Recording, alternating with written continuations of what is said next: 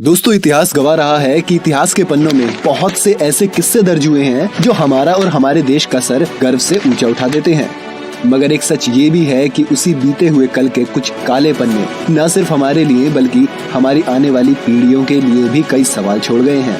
क्या होता अगर मीर जाफर जैसे कुछ सत्ताधीन लोगों ने अंग्रेजों की गुलामी को ना कबूला होता?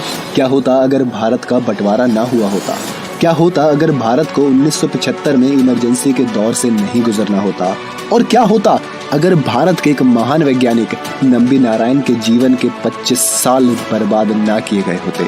जी हाँ, देशद्रोही नंबी नारायण और उनके वो 25 साल जिन्होंने भारत को 15 साल पीछे कर दिया। दोस्तों, सवाल तो उठेंगे आज भी और कल भी। लाजमी है कि इतिहास की हर गलती का चिट्ठा तो हम नहीं खोल पाएंगे, मगर देशद्रोही कहलाए गए नंबी नारायण के संघर्ष का हिसाब तो लगाना ही होगा, क्योंकि ये किसी एक आदमी की नहीं बल्कि पूरे भारत की बर्बादी की कहानी है। आज की इस वीडियो में जानेंगे इस देशद्रोही वैज्ञानिक का वो किस्सा जो आज से पहले किसी ने नहीं सुना था, और अब जो भी सुनेगा यकीनन अपनी नजरें झुकाकर एक सबक के रूप में उसे जिंदगी भर याद रखेगा। इंडियन स्पेस रिसर्च ऑर्गेनाइजेशन यानी कि इसरो भारत की सबसे महत्वपूर्ण संस्थाओं में से एक है। स्पेस एक्सप्लोरेशन और स्पेस से जुड़ी तमाम रिसर्च का काम यही संस्था करती है। आप सभी ने इसकी उपलब्धियों के बारे में जरूर सुना होगा। इसी संस्था का एक महत्वपूर्ण भाग हुआ करते थे नंबी नारायण, जिन्हें साल 1994 तक इसरो का महान वैज्ञानिक कहा जाता था, और फिर अचानक उन्हें दूसरे देश का जासूस करार दे दिया गया। नंबी नारायण का नाम आज के समय में बहुत आम हो गया है, क्योंकि एक तो इन पर लगे सभी आरोप बेबुनियाद साबित हो गए हैं और अब इनके जीवन पर फिल्म भी बन रही है। मगर आज से पहले कौन जानता था इन्हें?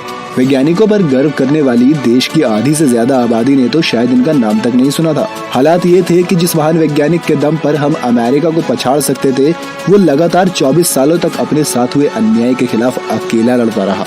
उन्हें इंसाफ मिला, मगर इसमें करीब 2 दशकों से भी ज्यादा का समय बर्बाद हो गया। बर्बाद इसलिए क्योंकि 1994 में अगर उन्हें देशद्रोही घोषित कर जेल में ना डाला गया होता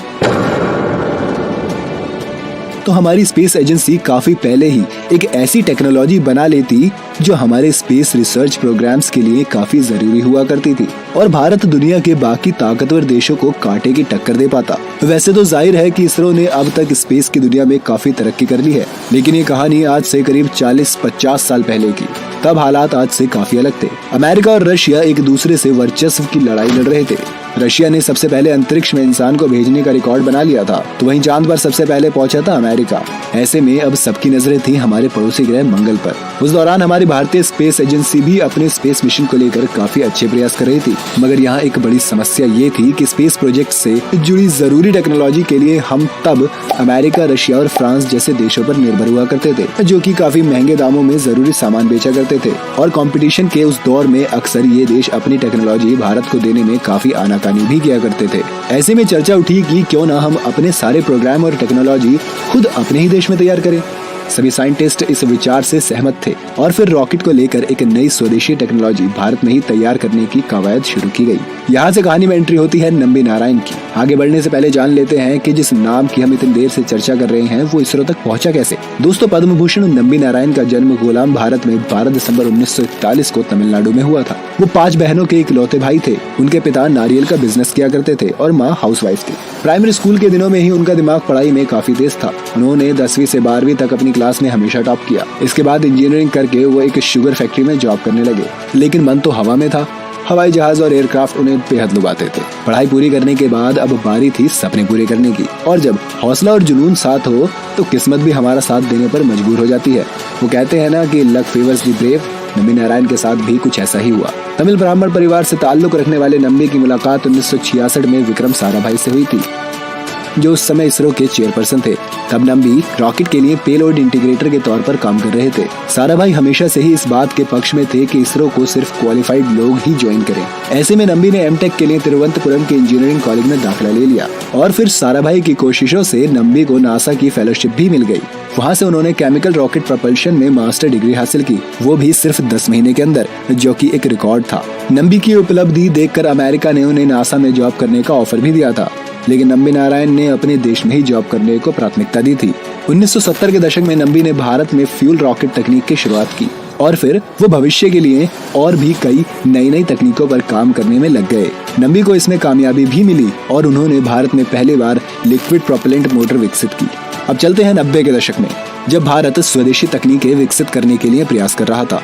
उस वक्त Nambi Narayan cryogenic engine project पर काम कर रहे थे। उन्होंने सरकार और देश को भरोसा दिलाया कि भारत स्पेस रिसर्च में पूरी तरह से सक्षम है और हम अपना इंफ्रास्ट्रक्चर डेवलप कर सकते हैं, जिससे आने वाले समय में हमारे स्पेस मिशन पहले के मुकाबले काफी सस्ते हो जाएंगे। सरकार ने उनकी बात मान ली और उन्हें स्वदेशी क्रायोजेनिक इंजन जैसे महत्वाकांक्षी प्रोजेक्ट की जिम्मेदारी सौंप दी गई और उन्हें इस प्रोजेक्ट का डायरेक्टर बना दिया गया। दोस्तों, आप में से बहुत से लोग शायद क्रायोजेनिक इंजन के बारे में नहीं जानते होंगे। अगर सरल भाषा में समझाएं तो ये लिक्विड फ्यूल वाले इंजन होते हैं।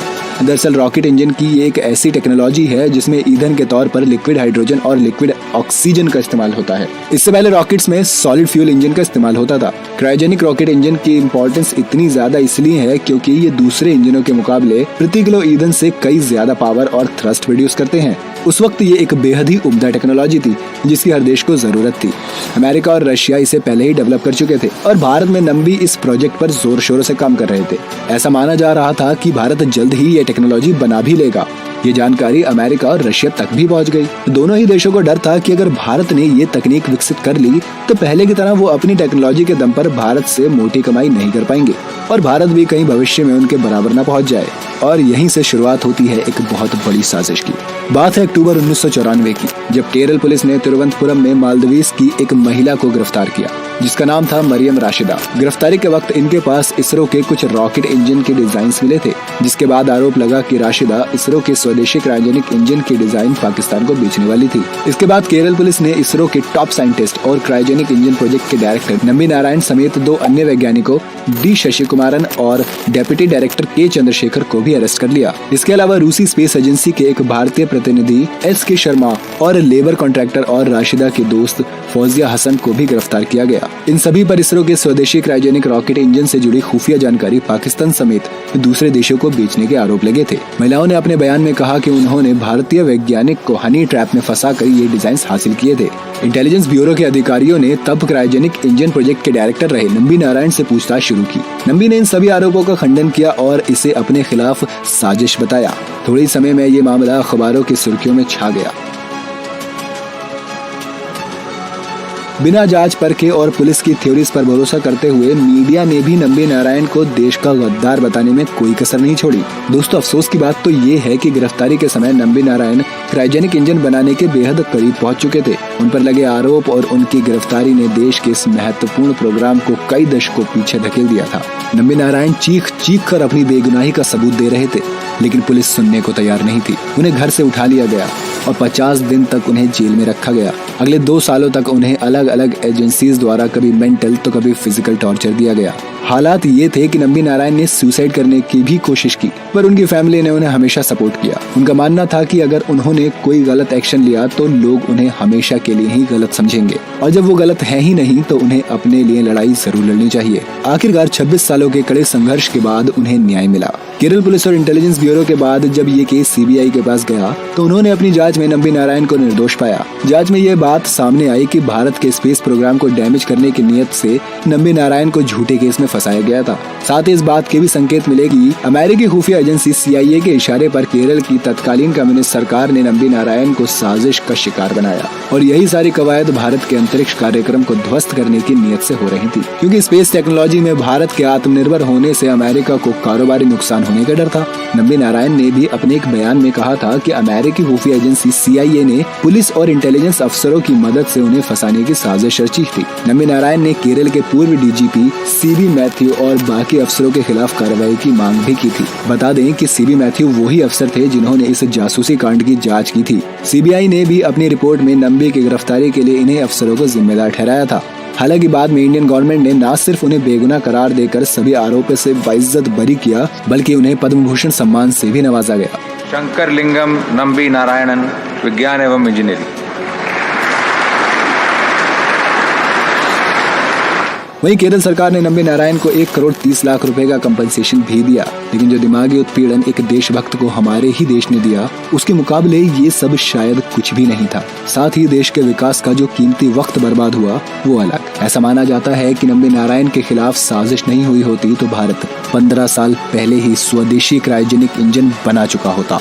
दोस्तों, नंबी नारायण की कहानी से ये तो साफ है कि जहां बात आती है वर्चस्व की तो कोई भी देश किसी भी हद तक जा सकता है। खैर, इतिहास के इस दाग को मिटाया तो नहीं जा सकता, लेकिन इस महान वैज्ञानिक के नाम पर एक सैल्यूट तो बनता है। तो दोस्तों, कैसी लगी आज की वीडियो हमें कमेंट करके जरूर बताएं, और अगर वीडियो आपको पसंद आई हो तो इसे लाइक शेयर करना ना भूलें। साथ ही द फैक्ट लाइन के लेटेस्ट अपडेट के लिए सब्सक्राइब बटन पर क्लिक करें और बेल आइकन दबाएं। धन्यवाद।